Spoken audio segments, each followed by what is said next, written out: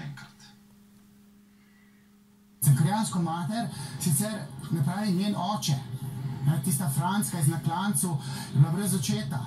Današnje emancipirane ženske pa se nekako osvobodijo tega, banalno rečeno, donatorja sperme, očeta svojih otrok, in ta otrok potem po grob spravlja vse ostale, kot odrasle, ker nima moralne razsodnosti. Nacija s cankarijansko mamo je tragična nacija, ker so sinovi kolapsirani.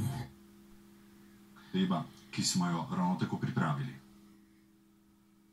Današnje cankarijanske matere je nekakva emancipiranost. Se pravi, sama je zadosti, sama sebi, ne rabi moža, je tudi oče svojemu sinu in problematični so seveda sinovi, ne hčere. In njen sin je nadomestni mož, sin postane bodisi razvajenec, ki mu mamica izpolni vse želje, ali pa patološki narcis. Patološki narcis ima pa pogojno ljubečo mamo, to karieristično, ki sama sebi dviguje ceno s tem, da se baha s sinom, ga pogojno ljubi.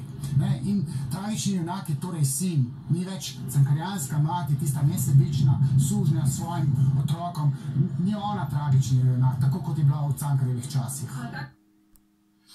Gospa Drvič.